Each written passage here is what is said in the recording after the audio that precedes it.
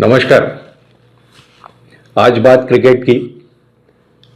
श्री कपिल देव निखंज अपने ज़माने के एक महान ऑलराउंडर थे, लेकिन 78 से 90 के बीच में उसके बाद का जो उनका क्रिकेट का सफ़र है, मैनेजर के तौर पे या प्लेयर के तौर पे या और दिशाओं में, वो सिर्फ एक व्यापारी और कम बुद्धि क्रिकेटर का रहा है।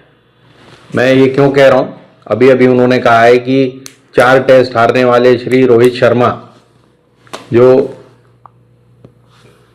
उनको फिर से मौका मिलना चाहिए और वो फिर से आकर हील बाउंस बैक, मतलब वो फिर से कुछ कमाल करके दिखाएंगे। और उन्होंने वर्ल्ड कप जीता है, तब आप मुझसे ऐसा नहीं पूछते। With one performance or two performance, you start doubting somebody's captaincy who done so well. I think 6 months back when he won T20 World Cup, you wouldn't have asked me this question. So that's what we want to say. Let's let it go.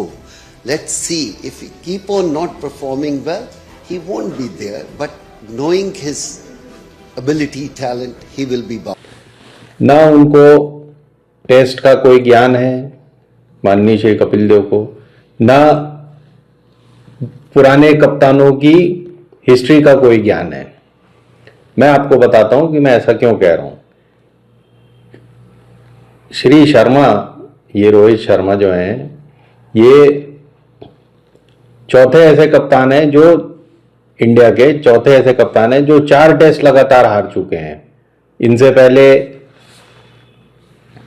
Dhoni जो 2 बार हार चुके हैं 4 test, 2011 में और 2014 में। विराट कोहली जो 1 बार हार चुके हैं 2018 में शायद। फिर पटौदी जो 6 टेस्ट हार चुके हैं लगातार, और सचिन तेंदुलकर जो लगातार 5 टेस्ट हार चुके हैं। अब ये सारे जो कप्तान थे, गावस्कर को मिलाकर, पटौदी के टाइम में वर्ल्ड कप नहीं होता था, गावस्कर को मिलाकर जिन्होंने वर्ल्ड चैंपियनशिप जीता था, Tendulkar world cup winning team के पार्ट थे, धोनी ने 2 वर्ल्ड कप जीते हैं, 7 का और 11 का, मतलब 20 ओवर वाला और 50 ओवर वाला, और रोहित शर्मा ने ये 20 वाला वर्ल्ड कप जीता। ये सारे वर्ल्ड कप विनिंग कैप्टन्स हैं, लेकिन ये हारने के बाद इन सबको रिजाइन करना पड़ा था। धोनी की गुड्डी बहुत चढ़ी हुई थी क्योंकि वो 2 वर्ल्ड कप जीते थे, 7 में और 11 में, और 11 में उन्होंने लगातार 4 टेस्ट हारे। उसके बाद उन्हें ऑस्ट्रेलिया में बीच सीरीज में रिजाइन करके कैप्टेंसी विराट कोहली को देनी पड़ी। कोहली 4 टेस्ट हारे, उसके बाद उनको रिजाइन करके ये रोहित शर्मा को मिली कप्तानी। इसी तरह तेंदुलकर भी जब 5 टेस्ट हारे थे तो उनको कप्तानी गांगुली को देनी पड़ी थी। तो ये तो तय है कि आप जीतोगे और जीतने के काबिल हो तभी आप कप्तान बन सकते हो और कप्तान रह सकते हो। ये कपिल देव की समझ के बाहर है, क्योंकि उन्होंने अपने 34 टेस्ट में उन्होंने कप्तानी की, जिसमें से सिर्फ 4 जीते और 9 हारे और 22 ड्रॉ किए हैं। मतलब ड्रॉ करने में उनका कोई सानी नहीं है। हम सोचते हैं कि गावस्कर ने बहुत ज्यादा टेस्ट ड्रॉ कराए होंगे, ऐसा नहीं है। इन्होंने 22 टेस्ट ड्रॉ कराए हैं अपनी कप्तानी में, तो इन्हें कप्तानी का कोई विशेष ज्ञान नहीं है और ना ये अच्छे कप्तान थे। सिर्फ 4 टेस्ट जो जीते 34 में थे, वो कौन सा अच्छा कप्तान हो सकता है, आप खुद सोचिए।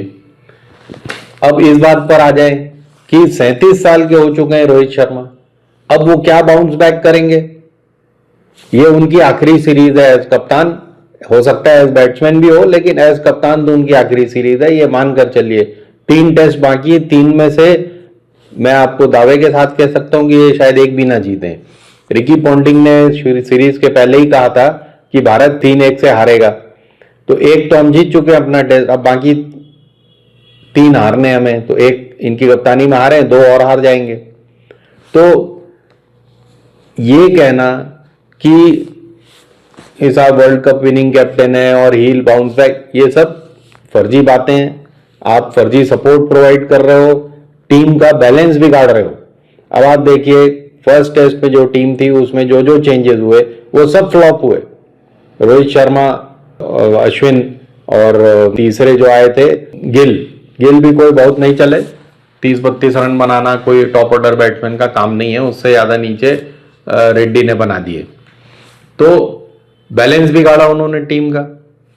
ये जो रोहित शर्मा अपने आ गए तो उनको बैटिंग ऑर्डर ही नहीं सेट हो पा रहा था, दोनों इनिंग में अलग अलग जगह खेले।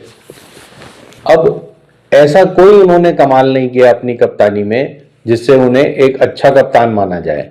2022 में वो कप्तान बने हैं, तब इंडिया वर्ल्ड की टॉप टीम में, मतलब 2 हम वर्ल्ड कप फाइनल खेल चुके हैं टेस्ट मैचेस के, लॉर्ड्स में जो होते हैं 2 खेल चुके हैं, दोनों मतलब अभी तक 2 हुए हैं, दोनों में हम फाइनलिस्ट रहे हैं। ऐसे टाइम पे उन्हें कप्तानी मिली और वो 8 टेस्ट मैच हार चुके हैं अपने 22 टेस्ट मैचों में से। टेस्ट मैच हारना जीतना लगा रहता है, लेकिन अच्छा कप्तान वही माना जाता है जैसे कि गांगुली, जैसे कि कोहली, जो सेना कंट्रीज में जीते। सेना मतलब साउथ अफ्रीका, इंग्लैंड, न्यूजीलैंड और ऑस्ट्रेलिया, यही 4 तो दमदार कंट्रीज हैं। वेस्ट इंडीज में, बांग्लादेश में और वो यूएई में जाके जीत गए, इसकी गिनती नहीं की जाती। तो ये 4 कंट्रीज में क्या रिकॉर्ड है धोनी का? धोनी का रिकॉर्ड है इन 4 कंट्रीज में वो सिर्फ 3 टेस्ट जीते हैं और 14 हारे हैं। माननीय श्री शर्मा जी का क्या रिकॉर्ड है? 3 हारे, सिर्फ 1 जीते हैं इन 4 कंट्रीज में। तो ये कोई बहुत अच्छे कप्तान के गुण नहीं है। तो अभी हम धोनी की बात नहीं कर रहे, लेकिन हम शर्मा जी की बात कर रहे हैं।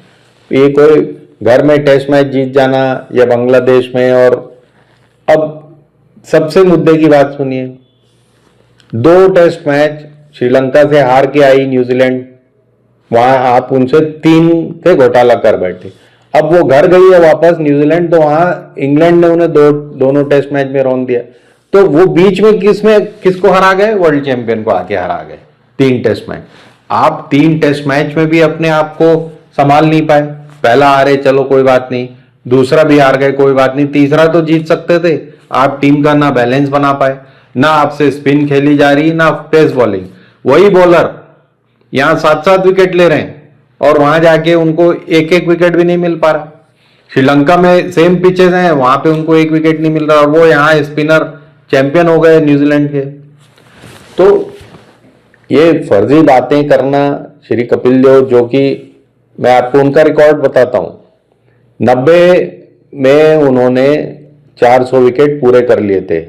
सन 90 में 401 विकेट उनके हो चुके थे। अब अगले 2-3 साल वो सिर्फ लालच में खेलते रहे कि मैं हेडली का रिकॉर्ड तोड़ दूंगा। वो हेडली का रिकॉर्ड क्या था? 431 विकेट का, कितने टेस्ट मैच में? 86 टेस्ट मैच में। और कपिल देव का क्या रिकॉर्ड है? 434 विकेट का 131 टेस्ट मैच में। यानी पर टेस्ट जहां हेडली 4 से ज्यादा विकेट ले रहे हैं, वहीं माननीय श्री कपिल देव 3 से कम ले रहे हैं। आखिरी 2 साल उन्होंने 16 टेस्ट खेले। कई अच्छे प्लेयर्स का करियर ही 16 टेस्ट मैच का होता है। इन्होंने आखिरी 2 साल 16 टेस्ट मैच खेले और उसमें 33 विकेट लिए, ये सिर्फ रिकॉर्ड तोड़ने के चक्कर में। तो अब ये सपोर्ट कर रहे हैं किसको? माननीय श्री शर्मा जी को। शर्मा जी इतिहास में न जाएं। उस समय पटौदी अगर 6 टेस्ट मैच हार गए तो कोई बड़ी बात नहीं। उस समय इंडिया की टीम में कौन कौन होते थे ये आपको याद भी नहीं होगा। 66-67 की बात है, जब वो 3 टेस्ट इंग्लैंड में और 3 ऑस्ट्रेलिया में हार गए थे लगातार। तो उस समय आबिद अली बॉलिंग की ओपनिंग करते थे, जो कि अंडरवुड से भी स्लो बॉलिंग करता था। अंडरवुड स्पिनर थे इंग्लैंड के, उससे भी स्लो बॉलर थे हमारे आबिद अली, और वो ओपनिंग करते थे बॉलिंग की। ये उस जमाने की बातें हैं। आज हम वर्ल्ड चैंपियन हैं और वर्ल्ड चैंपियन होकर हम 4 टेस्ट लगातार हार रहे हैं। तो श्री शर्मा जी को तुरंत रिजाइन कर देना चाहिए। बुमराह अच्छा कप्तान साबित हो सकता है। उधर कमिंस के बारे में लोग सोचते थे कि शायद अच्छा कप्तान ना बन पाए, लेकिन वो ऑस्ट्रेलिया के सबसे अच्छे कप्तानों में से साबित हो रहे हैं। बॉलर हैं वो भी बुमराह की तरह, और अच्छे मिजाज के लोग हैं। ये खेल को समझते हैं, अपने साथियों को समझते हैं। कोई भी ऐसा बॉलर नहीं है टीम में। हर्षित राणा को आप देखिए, बुमराह की कप्तानी में उसने कितना अच्छा प्रदर्शन किया। और शर्मा जी की कप्तानी में। बुमराह ने जब वो खुद विकेट ले सकता था तब भी उसने हर्षित राणा को मौका दिया कि नए आदमी को अच्छी बॉलिंग कर रहा है, इसे मौका दो। मेरा ऐसा मानना है कि अब बुमराह का टाइम आ चुका है। अगर भले हार जाए बुमराह अगले 2-3 टेस्ट, लेकिन उसका टाइम आ चुका है। और ये 37-38 वर्षीय श्री शर्मा जी को जाके आईपीएल वगैरह जीतना चाहिए, आईपीएल खेले, उसी के लायक है ये। अब आप कपिल देव की अकल के बारे में समझिए थोड़ा। ये इनके टाइम में 4 बड़े ऑलराउंडर थे, Ian Botham, Imran Khan, Richard Hadlee और स्वयं कपिल देव। इनमें चारों में ये चौथे नंबर पे आते हैं निर्विवाद रूप से। बॉलिंग एवरेज इनकी 29 है, बाकी सबकी 22 के पास है। वो बोथम की थोड़ी सी खराब है तो वो भी इनसे बेटर है, 27-28 के आसपास। बैटिंग एवरेज हेडली की सिर्फ इनसे कम है, क्योंकि हेडली इनिशियली सिर्फ बॉलर थे, बाद में उन्होंने बैटिंग अपनी सुधारी। इमरान खान की 37 की एवरेज है, जो करीब करीब शर्मा जी के बराबर है। इनकी सबकी टेस्ट सेंचुरीज कपिल देव से ज्यादा है। लेकिन मुख्य बात क्या होती है, अगर आप बहुत महान बॉलर हो तो आप कम से कम अपने मादे पर एक टेस्ट मैच जिताओ। एक टेस्ट मैच आप कब जिताओगे, जब आप कम से कम एक टेस्ट मैच में 10 विकेट लो, दोनों पारियों में मिलाकर। ये कपिल देव ने 131 टेस्ट में सिर्फ 2 बार किया, जबकि बाकी तीनों ने 80-80 के करीब टेस्ट मैच खेले हैं। और हेडली ने 14 बार किया, इमरान खान ने 4 बार किया और इयान बोथम ने 4 बार। इन्होंने 2 एशेज सीरीज जिताई हैं बोथम ने अपने दम पर, जब पूरे इंग्लैंड में कोई नहीं खेलता था। बैटिंग बॉलिंग दोनों पे उसने दम दिखा के 2 एशेज सीरीज जिताई हैं। तो जिताऊ कप्तान चाहिए आपको। आज की तारीख में सिर्फ जीत का मतलब है 2.5 दिन में आप टेस्ट मैच हार रहे हो न्यूजीलैंड से, ऑस्ट्रेलिया से, तो आप इस पद पर बने रहने लायक नहीं हो। आपको हैंड ओवर करके बुमराह को चले जाना चाहिए। और ये कपिल देव की बात जो सुने वो बर्बाद ही होगा, क्योंकि इन्होंने, अब इनके किस्से बहुत हैं जो इन्होंने मैच फिक्सिंग की थी तेंदुलकर के टाइम में भी और अजहरुद्दीन के टाइम में भी। ये बच गए हैं क्योंकि महानतम ऑलराउंडर का खिताब इन्हें मिला हुआ है, जिस तरह से धोनी को मिला हुआ है कि 2 वर्ल्ड कप जीते। धोनी ने बेहतरीन तरीके से टेस्ट मैचेस हारे हैं, और जिस तरह से ये शर्मा जी को बता रहे हैं कि वर्ल्ड कप विनिंग कैप्टन है, ये भी एक वर्ल्ड कप हार चुके हैं फाइनल। तो ये कोई बहुत अच्छे कप्तान नहीं है। मौका मिल गया इनको, टीम चढ़ान पर थी, जीत कर दिखाना था हर जगह, वो नहीं कर पाए हैं, तो आप घर बैठिए। अब आप कितना एग्री करते हैं मेरी बातों से, मुझे जरूर लिख भेजें। धन्यवाद। हिंदुस्तान जिंदाबाद।